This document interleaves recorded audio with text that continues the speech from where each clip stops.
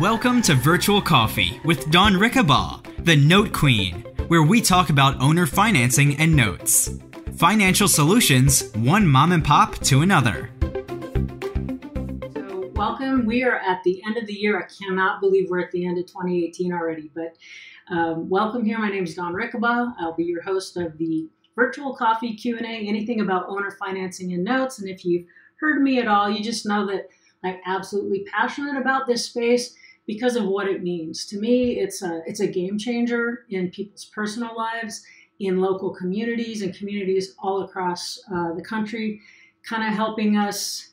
It doesn't mean there's not a space for other strategies. Clearly, there are, but these little known strategies of using seller financing and understanding the discounted market for notes just greatly expands the type of liquidity, the type of solutions we can bring to our own marketplace and just change lives, literally. I mean, I really feel passionate about it. I mean, it sounds a little, like when I was a nurse, I was very passionate about, in the ER and, you do the triage and, you got little problems and bigger problems and you saved lives in there generally.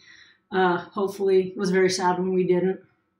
But I really feel like despite or not counting the life and death nature of the ER, but to me, there's a lot that we can do to make ourselves and our communities more economically resilient so that we're not all hanging by our eyelashes when there's some sort of change in Washington and Wall Street or the lending guidelines, because the bank is only one way to finance a transaction. So that's why I'm really passionate about it. What I hope, during this call is that you'll, learn a little something that opens your mind. And if it's right for you, you can just sort of go on and learn more and find how to participate directly. And I also really hope that I can hear from people that are on this call. There's always a lot of juice, brain juice, and people's experiences that come on this call that frequently really inspire me. I love hearing your stories about what are you doing? Give me share a story of an epic win that you did, that had something to do with owner finance and notes or just creating cash flow in general in a way that you created a win-win-win for everybody involved in the transaction. So that being said, I'm sure there's something else I should be saying, something like, if you're not already, go over to notequeen.com and create your free login, notequeen.com/free. And we've uploaded all the videos that we took for the last 2 years of Property Paper Summit. So there's quite a lot of videos that you can kind of dive a little deeper into this stuff with only spending less than $200. So, I've got some more plans for what is going to be added on there. But mainly, the whole thing is I don't make money selling product. I make money doing the deals, creating financial friends. And what I want to do is inspire you to be a little, expand your ways that you can create solutions in your own local market, because I sure have a lot of fun with that. So anyway, first let's bring on Brian. Let's make sure he's unmuted. Brian Patterson from Riverside. What's a 951? Are you there, Brian? Hi, Don. Yes, I'm here. Hi. Have you ever been on Virtual Coffee before? No, but I've watched you a couple times. Oh, fantastic. Well, thank you for being here this morning. And so tell us, I have your paper here and I'm going to be reading, but for those that are listening, give us a little walnut-sized story of who you are and how you came to be on this call and what we're hoping to do together here. The short version? Yeah. A minute. Yeah, okay. First of all, I'm honored to be here with you. I've been following you for a little while. And, I like the fact that you ride, right? Don't you ride Harleys? And yeah, I do a little bit of that. and you play guitar. I play guitar. I heard your little song about notes. I just thought that was really cool. And Thank you. So about me, I retired from my regular corporate job about 7 years ago and been doing, real estate on the fix and flip side and wholesaling. And I got my real estate license here in California. I live in Riverside County. And, I did like 5, 6, 7 wholesale deals with just calling agents on the MLS, and was able to get a few properties under contract, go out to the properties and, and wholesale those properties. Been working with a friend that actually does, fix and flips. And he's in Downey. And so, he puts up the proof of funds, and I'm kind of like the acquisition guy. But that hasn't been working for me for a while now. So I discovered notes, and I thought, wow, maybe I can do this other side of real estate. And it just really, I like to, be at home. I like to work from home with the computer, the laptop, and the cell phone, with the technology and all the tools, and get on the phone, talk to people, make something happen. And I just really feel like I need to focus. Like it says on my paper there. What do you need to put all the pieces of the puzzle of this note business together? Right. And I think I've got some momentum. I just haven't got that first deal yet. Okay, that's fantastic, Brian, and thanks again for being here. So what I heard is that what kind of corporate job did you have by chance? Well, I was a coach operator for OCTA Orange County, and drove a city bus for 20 years, and was able to retire from that and pull in a small pension. But that pension is not enough to live on. My wife, she works as a pharmacy technician, and I'd like to guide her to be able to leave, her job, and for us to help other people and put these types of transactions together and get some, passive income coming in, to where, she doesn't have to work if she doesn't want to. And right. I mean, isn't that the crux of a lot of this conversation for me, is like, in the transitions that I feel like we've been in that will accelerate, what power would be unleashed if people had the freedom and weren't debt slaves and didn't need to work 5 million jobs just to get by? What creative potential, the human potential that would be released when everyone's just doing their passion project, what they're here to do, how they're here to serve. I mean, it would be phenomenal. And so it's not always that easy to do, but holding that vision of what that feels like, and what would you be doing with your time, if you're financially free. So, I mean, this is really great. So second piece I really wanted to go into. So you had some success getting into wholesaling and rehab. Did you actually do the rehab and flip, or were you wholesaling to the flippers? Both. So great. Both. So like, you've had your feet in it and you've had some success, right? And then what happened? Well, it's just really hard to find deals on the MLS right now. And I mean, as far as, going for off market, I've been lazy putting up bandit signs, and, I don't go out and do that. I could hire somebody to do it. That might be smart. I mean, there's a lot of way to get leads. We were using software, and we were able to call some of these sellers and, go to their property and sit down and make them an offer. But then they ended up listing their house with an agent. And I mean, it's just, I guess converting is a important part of it too. Get a contract signed, and I just haven't been able to get it going. Yeah, so this is something that I just have heard recently from a couple other people who've been in the space, and they're going, gee, it's just kind of like, it's harder to get something to convert. It just seems like we're kind of at the top of this market. The competition is making the margins just really too tight. Or seller expectations is just really, off the charts and things like that. So, and it doesn't mean it's not working. Clearly, if there's a lot of competition, people are still making a lot of money in flipping real estate, wholesaling real estate, buy and hold. And I think it's, it's good to keep going on a lot of sort of strategies, not like really give up, but like a lot of times when you're working hard to get those leads, I don't know, maybe if you're using the MLS, have you ever asked an agent if any of their people would be open to owner financing? Have you ever even asked? Yeah, I do ask that question. That's a great question to ask. And I haven't found anyone that's been open to it in my area. And this because I'm calling locally on Los Angeles area mostly. Right. Okay, well, cool. So anyway, so the thing is like, okay, it's getting harder to make a buck in the space right now. I kind of want to say just don't give up. And if you love this space, and it's really, there's a lot of power in real estate and notes secured by real estate to drastically change someone's wealth trajectory. But if you don't love it, if you hate doing what you're doing every day, that's kind of some feedback, to look at. So energetically, if you're still like, yeah, it's just getting tough, but how can I become more? It's not like giving up. Anyway, I just really like adding a few more tools to your tool belt so that a lead that might be a trash can, go in the trash can, maybe can be resuscitated. I would say that because of the lack, most real estate investors don't have an awareness of owner financing and the discounted note market.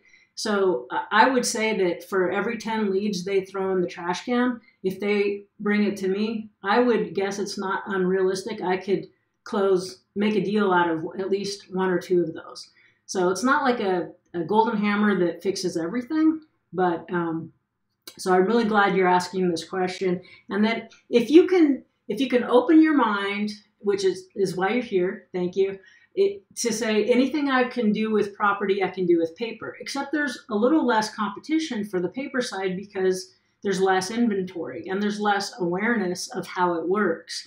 So you can wholesale a note, just like you wholesale property. You can rehab and flip a note, just like you can property. You can buy and hold for long-term interest income, right? Instead of landlording for rental income, you hold notes for interest income. So to me, I really love having this platter to create this portfolio of a million different types of deals that we can put together if we just address the Achilles heel of understanding seller financing and the discounted note space. So, absolutely great. Right? Yeah, that's great stuff. I know the difference. There's non-performing notes, there's performing notes. I've been building up my LinkedIn. I think I have over 5,000 or 6,000 people on there. I've been trying to find out asset managers of banks who I can call. It's just like, okay, where do I go? What's the next step? I mean, I know I need to call these people. I need, you need to have buyers, you need to have sellers, you need to be educated, you need to have all the tools, the servicing, the vendors, and everything, and know how to do the due diligence and know how to structure and put it on paper. Now, so let me stop you just real quick before we get too far, because I want to make a point here. So when you're wholesaling real estate, if you're just wholesaling, how do you get paid? How do you get paid? When we get paid, when we assign the contractor, go through escrow and then get it recorded. Right? Lead generation. So you get paid because you get a contract, you get a deal under contract, right? You generated a lead, right? So that's when you get paid. You don't actually have to know that much more. Of course, you had to get it under contract at a price that makes sense, right? That leaves you some room in there to make some money. But same with notes. Like, don't go like there is. I guess there is a lot of moving pieces to it. I guess I don't feel too overwhelmed at this point, but I forget in the beginning, there was so much, and it took me 7 years to leave my nursing job, or even more, maybe a little bit more, right? I was sort of kicking the tires, doing it on the side, things like that. But don't get too worried. Like, you do have to keep educating yourself, and there's a lot of very affordable ways to do that if you'll put in the time and effort to. There's tons of videos. There's really, really affordable courses out there, and things like that. So continuing education is always important, but basically you need to know enough when you're talking to an owner who could carry. You need to get a little bit fluent in how that goes. And, if they say this, what would I say?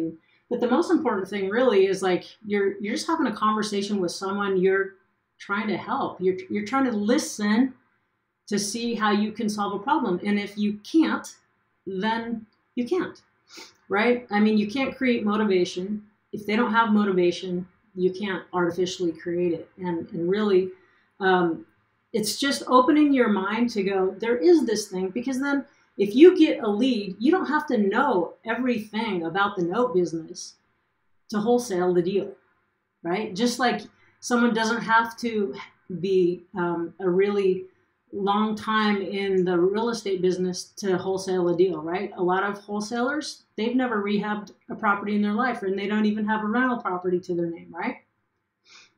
So that's just the thing to say. So what I would say, and I want to kind of get to the point and wrap this up in the next 4 minutes or so, but so what you're already doing, if you're already asking the questions every time there's a lead, or you just open up your mind to asking more questions, and you just never know. You know, I'm sorry to say that a lot of times realtors are an obstacle to putting deals together because they don't have the education or the comfort level. So sometimes they won't even submit an offer that, you know, contains owner financing or subject to or something like that. But when you do find a realtor that understands that space, wow, they are worth their weight in gold to their clients and, you know, to you. But so the quickest way for someone to get involved in notes is to carry property or carry paper on property they already own. So for instance, do you own any property that's not your primary residence? No, just my primary residence. Okay, fine, that's great. If you did, we could say, well, why don't you consider carrying paper? You know, offer owner financing, and then voila, you're holding a note instead of a property. You're a lender instead of a landlord. So that's like a really low-hanging fruit for some people that have inventory of rental properties. Number two is to get your money together and get together with a local hard money lender in your area, right? Because they have access to deal flow. So if you're just worried about, if you're not trying to make a quick buck, if you're just trying to go, how do I get my money invested? Right here, you said you'd be okay making 6 to 7%, which is extremely reasonable. And even in a very competitive private lending market, you're going to be able to make money. And you just have to make the connections with the people who have deal flow already. You don't have to wait 2 years till you build a whole new business for yourself to start making income. It's just that start with what's low-hanging fruit and then learn. The more you learn and the more you become your own deal finder, then your income keeps going up, right? So, yes, makes sense. And then be open to the owner financing thing. So you said you don't do a ton of direct marketing for real estate. But anything that you're doing for property, you can do for paper. So, and take the leads that come in one and cross collateralize them. I mean, you should always have this flexibility in your mind of like, there's a million ways to put this deal together, right? Like I've had times where in one deal, it's a note deal, it's an option to buy a property, and it's an option to buy a discounted note. Like 3 ways for me to make money in one deal, just because you open your mind. And that's why education is important. Doing whatever amount of networking in person and, you know, select the conferences and the things that you'll go to. It's really, really, but most people don't have to leave their home, but there is some things that you get if you'll go to at least a couple good conferences or meetings a year. I mean, I still do that. I still go to at least 2 or 3, right? And I'm a homebody. I like being home. I really like being home. Yeah, me too. I go to those. I go to. Right. I've been to some wholesale conferences. Some boot camps, and I like to get out and meet people too. Okay, so are you going to do your Tahoe again next? Yes, I'm going to commit to that until further notice. The first Monday, Tuesday of every October, because October 1, the prices go down by half up in Tahoe. You know, it's really expensive through September 30th, no matter what the weather is like. So yes, the first Monday, Tuesday. So most people fly in Sunday or drive in Sunday. And we have the townhome thing, and people learn more in networking after the conference and drinking coffee in the morning and having a glass of wine at night that's where the juice really is. And I like a small venue that's intimate, because then, and we're living family style in these townhomes right on the lake. And it's a way spend a little to get a lot, because you learn just by osmosis. And when you hear other people that like, oh, if that person can do it, I can do it, right? And it just opens your mind up to the reality of this space. So, but well, before we quit though, it's just like, you know, and how much money do you, like, you have your pension, but you said I'm trying to make 6 to 7% on, is this a big bunch of like a 401k or some sort of thing? Oh, yeah, no, I need to get some momentum first before I. Right. Before So you're in the make a buck, the wholesale thing. You need to build up some cash, right? Yeah. Okay. It's like I spent a lot of money on marketing with not a lot of results, and now I kind of feel like I'm starting over as far as lead generation goes. Yeah.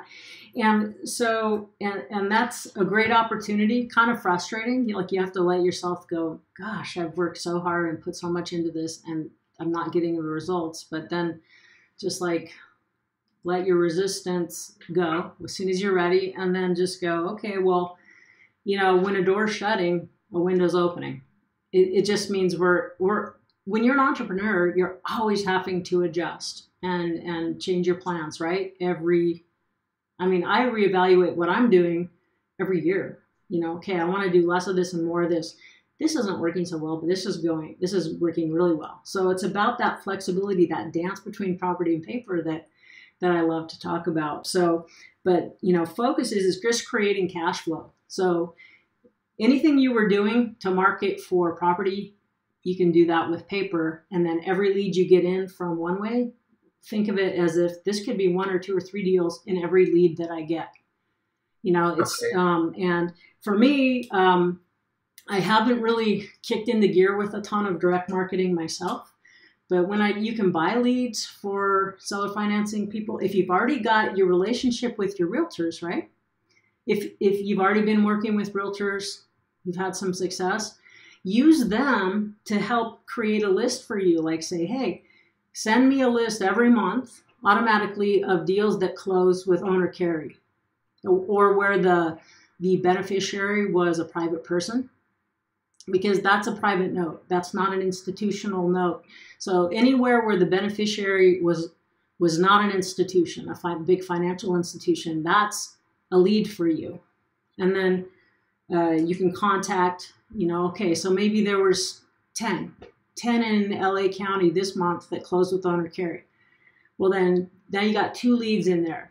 Call that agent and go, hey, I just noticed that you were, you know, you got paid putting an owner carry deal together. So obviously they know it's real. They already put some money in their pocket.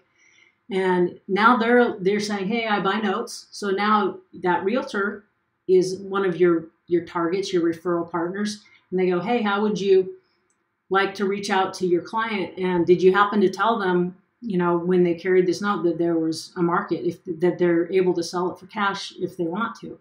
Did you happen to tell them that? And then so sometimes they'll make a warm introduction to their client. This is the note holder now, right? The seller is the lender. The landlord became the lender.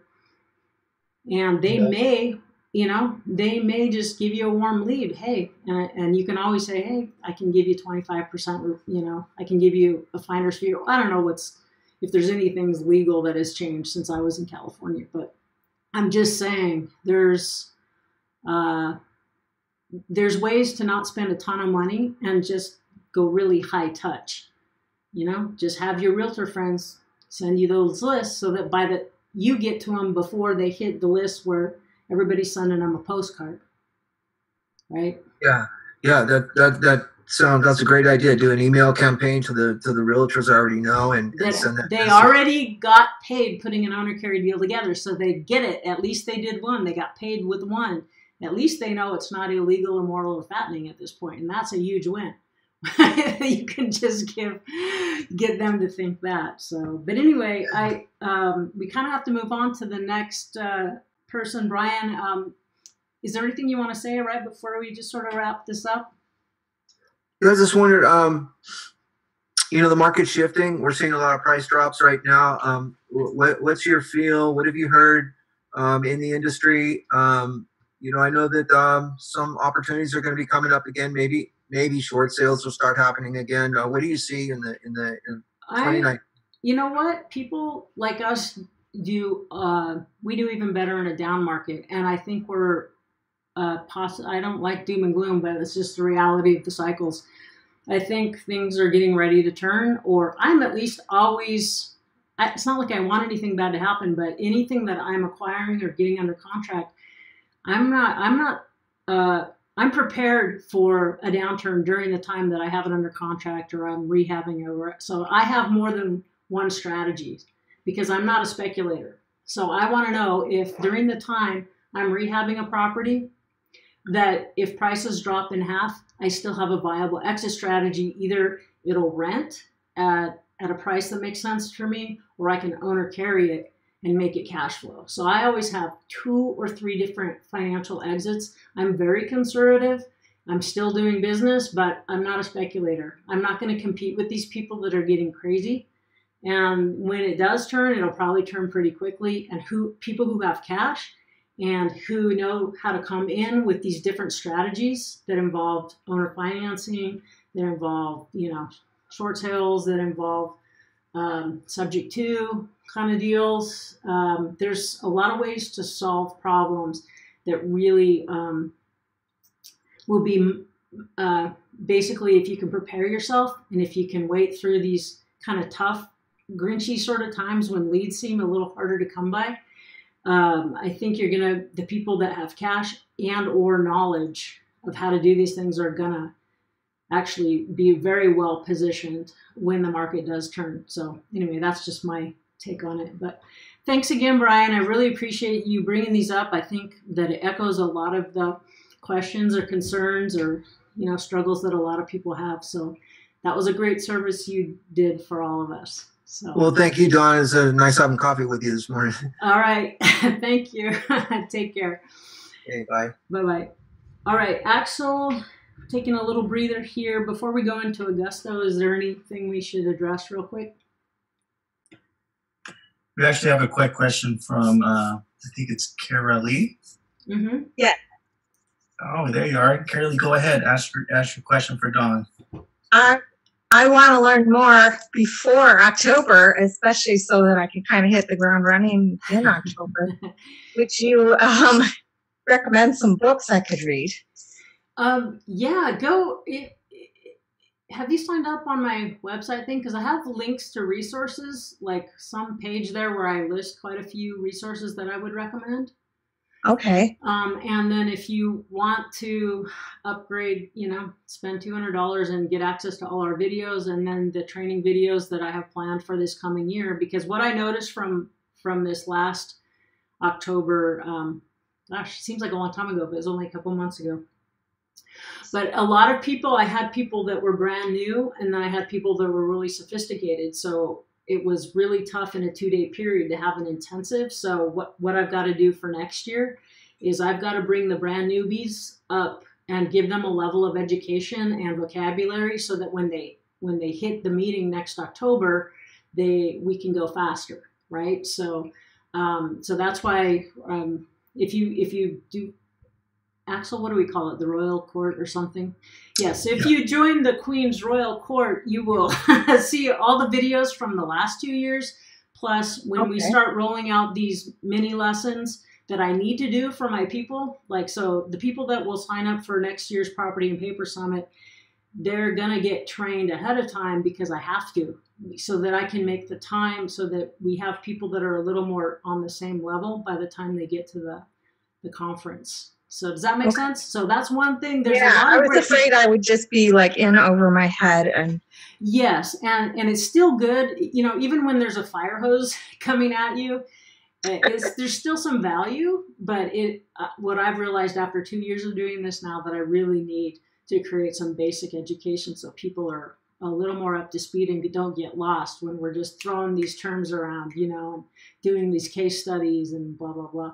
So also I like anything that Walter Wofford does and Quincy Long. I actually can't remember their latest, but they do the Financial Friends Network. Connect with those people. I mean, Walter Wofford and his crowd and hanging around with the financial friends really changed my life. And mainly, it's not expensive education, but it's just, you have to spend some time. So I went on many cruises and spent time in Jackson, Mississippi, and Dallas, Texas, and all these different places. And it was really, really valuable. Also, I think Bill Mancaro over at Paper Source Online, I think he has there's some free material he does. There's also a very affordable, I think, university that he does. So I think Tracy Z or noteinvestor.com has a great course, I don't know, 300, 400. So it's really worth it to just tune into the conversation enough that you start getting it becomes more natural and normal. My wife is an artist, and she goes, oh, I can't ever understand all these things. And then she comes to the conference and she goes, actually, I guess I know more, just because she's been hearing me talk for so long. Even the person who says, I'm just a right brain artist person, they can start to go, oh yeah, I get this. And all these, these terms and these concepts will become very natural. So just don't give up. Like I took the short bus to the queendom is what I like to say, because it took me a long time to, end up really hitting my stride in this space. But now it's super automatic. So I sort of remember that it was really tough at one point, but when you get it, you get it. And then you never lose it. I mean, it's really, really powerful, life-changing stuff. So anyway, those are some of my suggestions. And then when I do my little mini lessons starting this next year, it'll be fun because I'm having my son doing lots of illustrations and animations so that it's fun and easy to learn the concepts. That's my whole goal, just so I can prepare the crowd that's going to come with me to the next summit, will be a lot better prepared to, have a lot of good things. So anyway, that was a long answer. Did that help? It did. I mean, you already inspired me to own or carry a property that I was selling. And it's going to cash out in March. So I need to know what to do with all this money I'm going to have. So I have to learn, and quickly. Okay. Well, that's fantastic. So, and why are you getting paid off? Are they refinancing or selling? Or? Oh, the 3-year balloon's coming due. Okay. So do you want to be paid off or no? I do, because I think I could leverage it into more.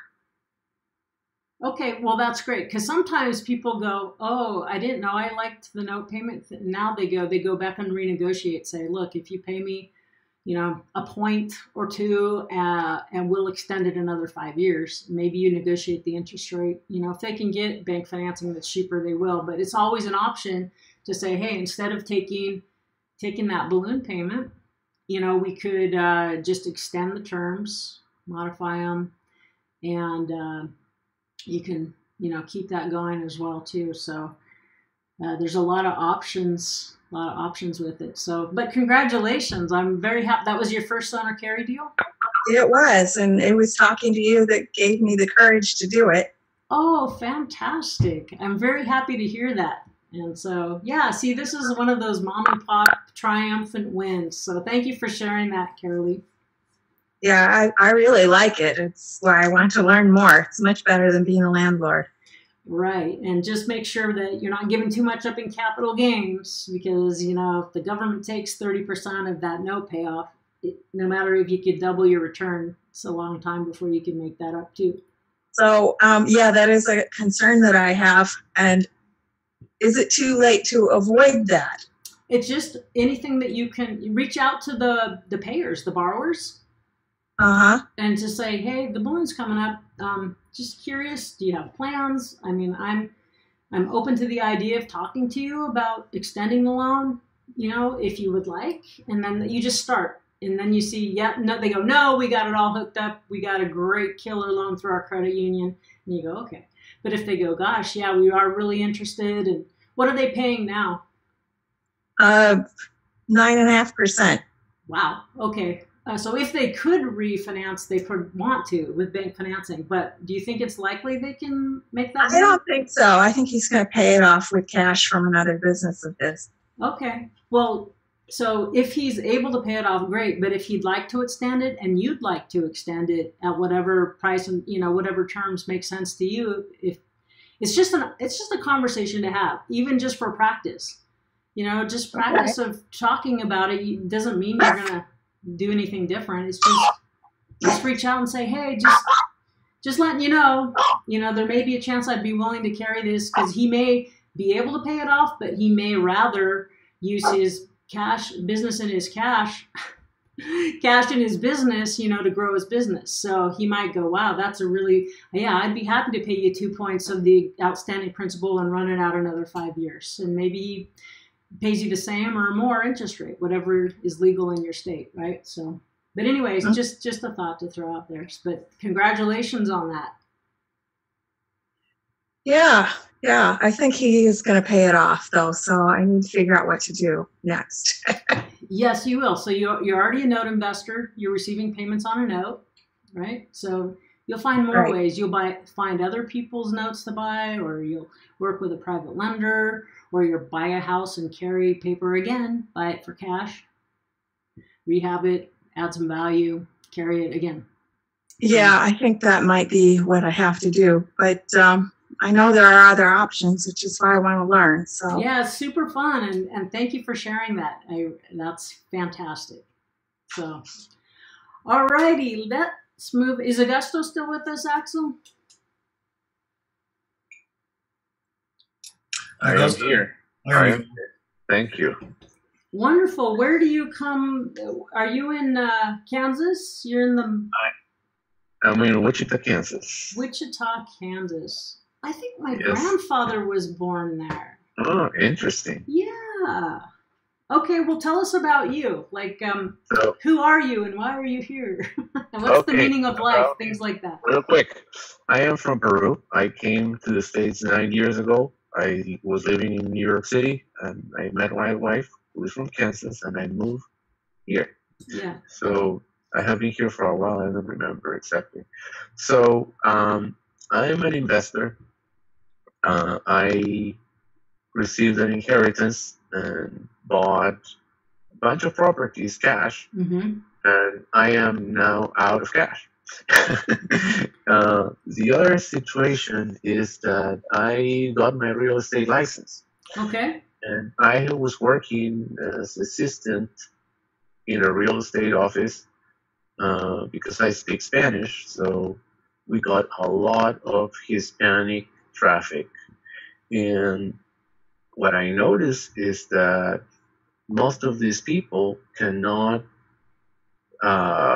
get a loan from a traditional financial institution because they are non-traditional home buyers. Right. And there's a lot of opportunity. Every day I get messages on Facebook asking for owner carry deals. I met with a friend who is an investor, and he also wholesales. And I was explaining him more or less a bit of what I wanted to do. I want to be able to buy something, rehab it, and owner carry it. But owner's carry here in Wichita means contract for deed, or even worse, lease with an option. But people use it without distinction. And I met with him, and he told me, okay, I'm going to save you hundreds of thousands of dollars in your career. And he wrote notes in a piece of paper. So he gave me a pretty quick explanation of notes. He said, okay, I need to educate myself in this note thing. And I went to Facebook and I found your page, and I am here. I think there's a lot of opportunity in the market. I mean, pretty much anything I can put on owner financing, I'm pretty sure I'll be able to sell pretty fast. Right. So let me ask you this, Agusto, is sure, I know there's a lot of contract for deed, but but there are you're either a mortgage or a deed of trust state, right? So which is it? I don't have any notes in Kansas at all. Sorry. So what's the security instrument when a bank makes a loan? Is it a mortgage or is it a deed of trust? It's a mortgage, I'm pretty sure. Okay, so you're a mortgage state. So you don't have to do a contract for deed. I know a lot of people are happy with those. I've gotten away from being real excited about contract for deed. I'd rather have a note secured by either a mortgage or a deed of trust. I used to feel differently about that. So I guess we all change, and what we're feeling happy about. But so that means if someone, so just like we were talking with the last couple of people, like one of the ideas, you get into notes just by carrying paper on these properties that you already own. So, or if you're going, wow, I want to take, like, do you mind, is it too much to ask, like, how many properties do you own free and clear? Are they rentals for you? I own 5 properties. Okay, so you own 5 properties. Four are free and clear. Okay. That's excellent. Isn't that great?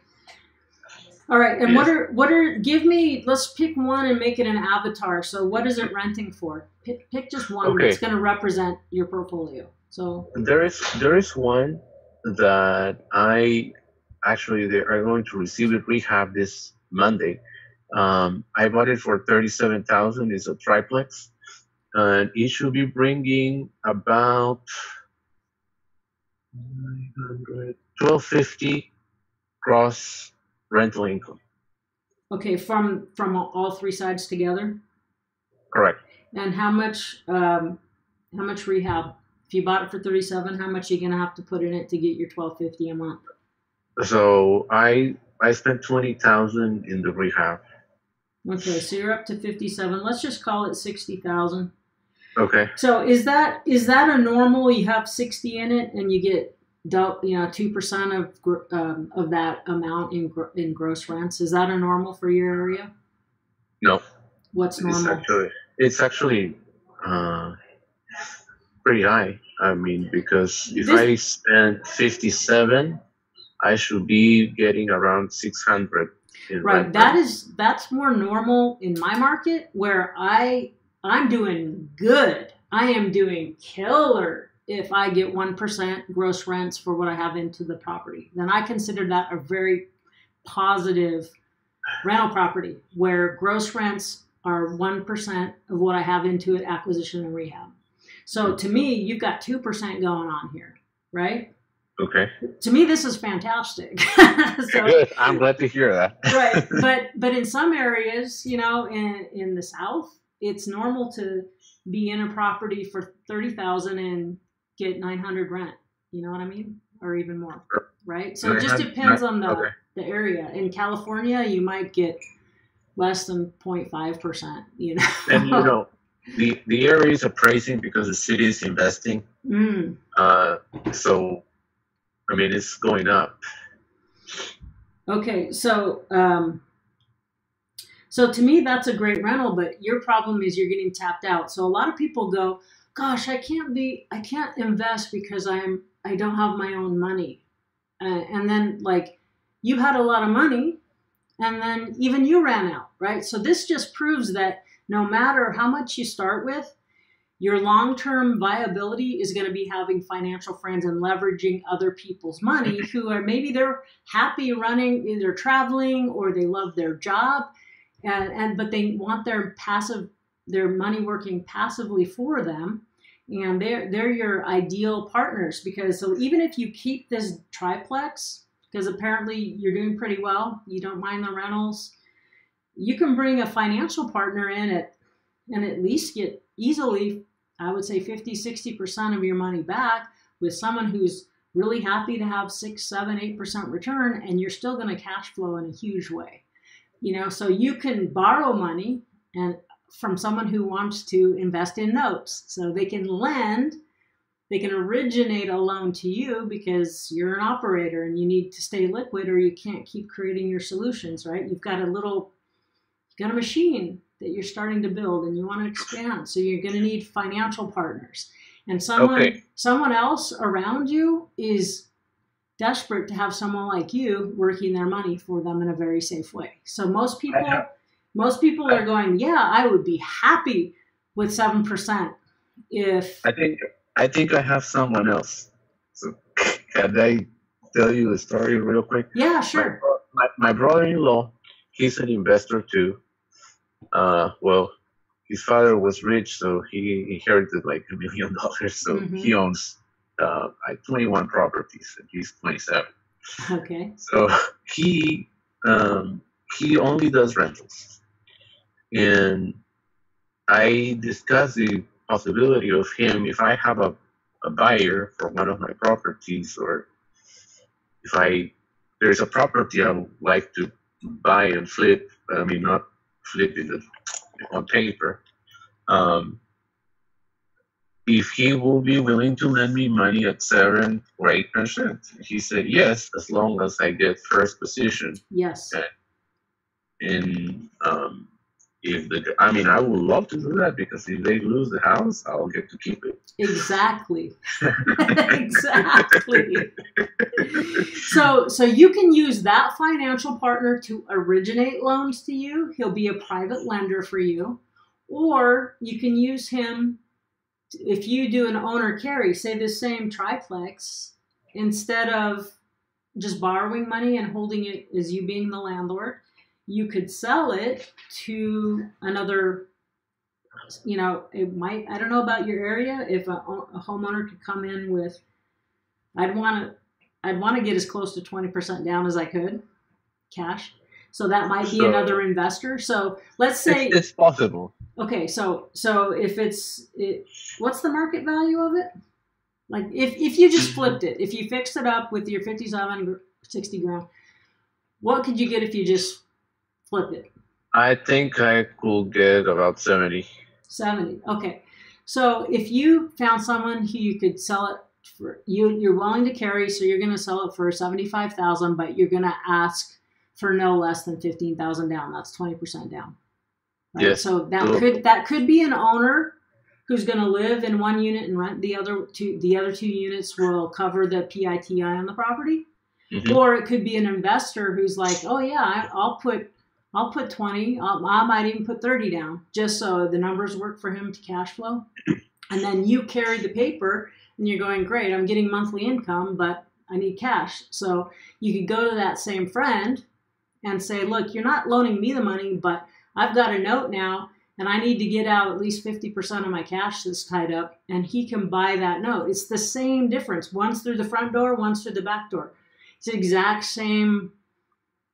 It really is the same thing. It's just one was an origination and one's an assignment. So you should be, in your mind, able to use your financial partners who might be tired, may not want to add another, tenant problem. They want the cash flow without the headaches, right? So either have them loan you money if you want to keep it as a rental, or sell it, owner carry, and have him buy out a piece of your note, or create 2 notes, one for selling and one for holding, so that you still have your remainder interest left. There's a lot of ways for you to maximize, while you're creating these great solutions for everyone, you can maximize what you're getting by, keeping a piece of what you're due for down the road, right? So it's there's a lot of ways to make. Does that make sense? Did that make sense? Yes. I think what I would like to do is to sell it to a family. Really, there's a huge demand, and I don't have right now. I'm going to educate myself, but I think I can help a lot of families. Especially if you're talking about the Hispanic community. I find, and I don't want to sound racist, but they're my favorite borrowers. Look, I'm sorry, but you know what? They work hard. They almost never miss a payment. They're very respectful. They're very predictable for the most part. And they have large families, and they can pool their cash together to help each other, Exactly. achieve it. They pool their cash together. They help each other. They won't lose a house. I mean, they will fight for the house. They are very clear about it. And unfortunately, there are a lot of people around in town. They're doing owner's carry, but the terms are really tricky. I mean, if you don't pay in 2 weeks, you're out of the deal. Right. See, Stuff like that's the part that I feel is predatory, and I'm offended by that. So that's why, like, you can take anything and do good with it or bad with it, right? You can take any tool or any idea, but when you do this right, where it's like this big pie, right? This big wheel of, if any one part of takes too much, more than their share, then it ruins it for everybody. It just ruins the whole thing. But if you can be someone who's like, hey, of course I deserve a fair and just reward profit, for what I'm providing, but it's fair and balanced, with the risk and reward that everyone else has in it too. Then can you see, like, if you became in your market the person that, word gets out quick, this guy you can trust. This guy honors his word. This guy will give you a fair shake. He's not out, you will create something that you won't even be able to keep up with. The people that are preying upon others, and they're just creating karmic debt that's going to come back around sooner or later. So if you can just monitor your own greed, if we can all just monitor our own greed, but also know that we deserve to be fairly compensated, it's just about creating equitable, balanced solutions. So, but I'm excited for you because I think you have a niche that you can easily build on. And God, 10% is not hard for you at all. I mean, even with this rental, let's say you even took on some debt, you asked your friend to loan you money at 7%, and you have at least 30, 40,000 you pull out of this thing, right?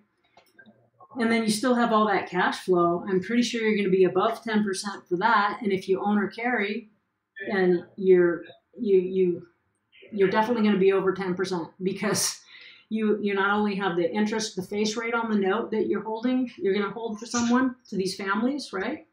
Mm-hmm. You're also going to have the differential of the price. So even if the face rate is whatever, 8, 9, 10%, because of the differential in the price, your effective yield's going to be probably 14, 15, 16, maybe even more. Just depends on the terms. So this was really great.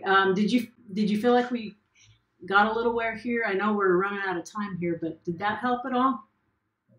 Yes, to me, absolutely. Okay, I really appreciate you sharing that, and I think you're ready to pop. If you, in the first deal that you do, and it's not rocket science. I mean, every deal closes with a title company, an attorney, escrow agent, whatever is the normal and customary. It's a regular sale. It's not rocket science. But if you need extra help going, the first time I go through it, I'd really like, to have someone look over my shoulder. That's why I have my consulting, process. How much is the consulting for the first deal? Pardon? How much do you charge for the first deal consulting? Well, it just depends. Like if you just say, hey, pay me hourly, right now it's $250 an hour, or for the time being, I have, like, if you have one transaction that you're putting together and you just want help A to Z, like, start to finish with that one deal, I currently have that priced at $1,500. But you could do hourly or that. But once you do one, I'll tell you, you will be off and running, and it won't be a ginormous mystery. And you'll go, oh, I got this. I see how the paperwork works. I can help you think the underwriting, the risk reward, and if they say no to this, or, there's so many elements that can be manipulated to create the best solution depending on what the parties need. So super fun. I already spoke with the title company where my brother-in-law closes all his deals. And they say they can do an auto mortgage. Mm-hmm. I was surprised. They can or can't? They can. Can. Good. Yeah. That's fantastic. So it's just about you saying, here's the terms that I want, and then they can draw up the paperwork for you with their attorneys. That's phenomenal. See, it's not as hard as a lot of people think. There are some different ways to think. I mean, you do have to, like, for down the road, what are the implications for how I'm setting myself up? But You know, the worst thing you can do is stumble through a transaction and then you learn from it, right? I mean, that's the worst thing that can happen. Oh, I could have done this. I could have added that clause, but hey, man, if you just went out there and did it, that's just part getting in the game, being willing to pull the trigger and try a new thing on, just like we saw with Carol Lee. She just said, "Oh, I heard about that, and I'm going to do the best I can with what I know." And boom, she did an owner carry. It's really fun. So anyway, thank you so much for spending your time here and talking with us about this. And I'm really excited for what you're going to be able to do and the difference you're going to make. Can you imagine the family that's going to go, oh, if we can just put 15,000 down, you mean, you know, my family, we can have some stability and security and wealth building. And what I like multifamily is that they don't have to pay it all. I mean, they are going to have a unit or two to rent, yes. So the mortgage is going to be very tiny. Yes, so it's easy for them to carry it. Number one, it's their home. One of the units is their home, so they're very attached to making that deal work. Number two, they're going to have help. That they can rent out the other sides, you know, to cover the mortgage, the PITI, you know, principal, interest, taxes, and insurance. And that's a beautiful win-win all around. You win, they win. Your private money partner, cousin, or whoever he is wins because now he gets passive income instead of, you know, working so hard or whatever. So anyway, thank you so much. This was fantastic conversation, and I wish you I appreciate your help. Every success. A lot. Okay, thank you so much. Okay, Axel, we have 3 minutes left. What do you think we should do with it? Oh, I would say let's give Wendy a little bit of airtime. Is that fine? Okay. Okay, Wendy. Sorry about that. We have a couple minutes. Please tell us who you are and come on in. Can you hear me? Yes, I can. So, where do you hail from, Wendy? I live in Everett, Washington. Okay. Beautiful. And I own 2 rental properties now. Mm-hmm. Wanting to invest in notes, possibly as a private lender. Okay. Great. But I'm just learning all this, so that's why I'm watching your videos and trying to find out as much as I can. Gotcha. Okay, so basically you have 2 rental properties. Do you own them free and clear, or are they mortgaged? One of them is free and clear, and one of them is mortgaged. Okay, and so you know rentals. So what? That's great. I love what you put down here. You just never sold your properties. If you bought a house to live in, and then when you left, you didn't sell it. You turned it into a rental. So now you have 3 properties, right? Right. Fantastic. So that's. I think this is a 5-bedroom house, so we're gonna turn the upstairs into an apartment and rent that out also. Fantastic, like with an Airbnb, VRBO kind of thing, or just a regular rental, long-term rental. Possibly, I could possibly do the Airbnb because our airport here in Everett is going to start doing commercial flights in and out, and we're close to Boeing, so. Yeah, and that's, I don't know, I really love adding that. I've now have 3 units that are.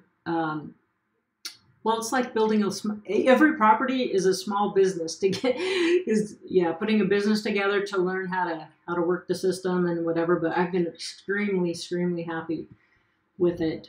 So I think that's a really great strategy. I mean, long term is too, but then you meet a lot of interesting people too.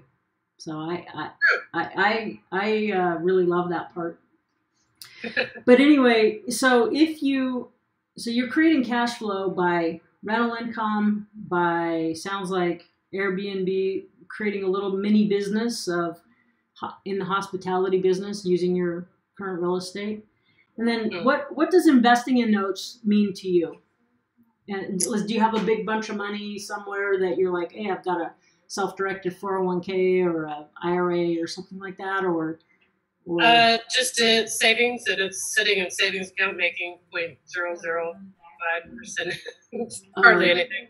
Gotcha. Okay, so, and I'm sorry, this is super personal, but like, are we talking 20 to 40,000, 100 to 200, or 300 or more? 50 to 100,000. Okay, so that's a reasonable, like you can take that money and it's not your emergency eat money, right? Right. Okay, so, so you have your... Still scary if I lose it. Pardon? I said it would still be scary if somehow I lost. Of course. But I think, with 50 to 100,000, there's going to be a lot of opportunities for you to get that to work and just try it out. So if you're willing to be passive, you're saying, okay, I'm okay with 6 to 7, then you can start. There's always ways to grow and build and make more. But if you want to just start, don't wait until you somehow just start with what's the low-hanging fruit. Do private lending through a hard money lender in your area or some area where the price point is sensible for a first deed of trust or mortgage, in that range. Which meaning the collateral will be somewhere worth 100 to 200,000, right? Or, someone like me, I have a certain amount of deal flow. I'm a small investment company, family operated investment company. I don't have a ginormous deal flow, but I have consistent. So, I'm always looking for people that are very realistic about what passive returns look like. So it's just about starting somewhere with a reasonable risk reward portfolio, right? So, so I think it's a great way to dip your toe into it. You could carry paper on property you already own, the one that's free and clear. So anyway, those are your quick ways to just go, how do I just get comfortable with that I'm the lender? That's such a weird thing for people to wrap their heads around. I'm used to being a landlord, but not a lender. But I know we're out of time here, but yeah, thank you for coming on. And there's ways for you're saying, I'm kind of scary to go, in Washington, you're probably not going to find a $50,000 first position note.